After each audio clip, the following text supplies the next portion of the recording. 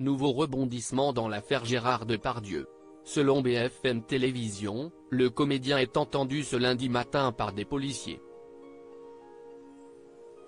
Une audition en vue d'un placement en garde à vue pour 2 agressions sexuelles.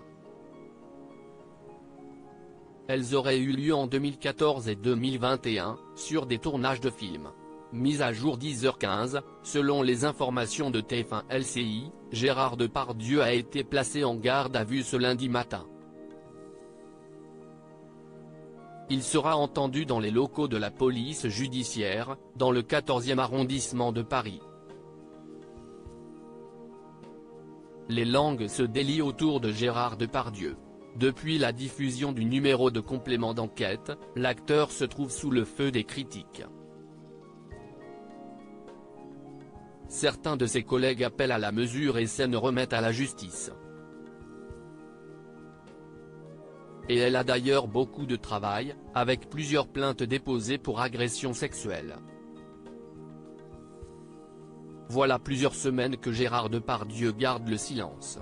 Si est pour son attitude déplacée sur des tournages que Gérard Depardieu a été convoqué ce lundi matin, en vue d'un placement en garde à vue. D'après BFM Télévisions, le comédien de 75 ans va être entendu dans un commissariat pour répondre d'accusations d'agression sexuelle portées par 2 femmes, sur 2 tournages différents. Elles se seraient déroulées respectivement en 2014, lors du tournage du Magicien et les Siamois, Jean-Pierre Mocky, puis en 2021, sur le tournage des Volets Verts, Jean Becker. Qui est la première plaignante qui accuse Gérard Depardieu? La première plaignante, âgée de 53 ans, était décoratrice de cinéma pour les Volets Verts. Elle a expliqué aux policiers qu'un jour, alors qu'il était assis dans un couloir, Gérard Depardieu l'aurait agrippée avec ses jambes pour la bloquer entre ses cuisses. BFM Télévisions rapporte que le comédien l'aurait touché sur la taille, les seins et les fesses avant de lui dire « Je vais te planter mon gros parasol dans ta CHT ». La victime présumée fait état d'un piège à loup qui s'est refermé sur elle avec une force phénoménale. Un tiers aurait été nécessaire pour l'aider à se défaire de sa prise. L'équipe aurait alors forcé l'acteur à s'excuser, qu'il aurait fait bon gré mal gré, en tenant ses propos « Je m'excuse puisqu'il faut m'excuser ».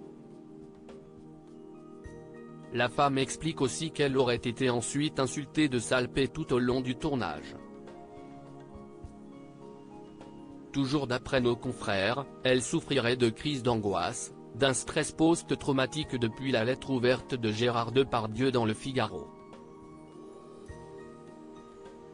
Elle serait aussi incapable d'aller retourner travailler. Ce qu'il faut savoir de la seconde femme qui dénonce une agression sexuelle de la part de Gérard Depardieu. La deuxième plaignante, une assistante, a relaté des faits datant de 2014. Alors que plusieurs membres de l'équipe du Magicien et les Siamois se retrouvent dans le Maine-et-Loire pour préparer le tournage, elle aurait été victime de propos obscènes de Gérard Depardieu, qui lui aurait aussi touché les fesses. Une attitude qu'il aurait maintenue sur le tournage du film.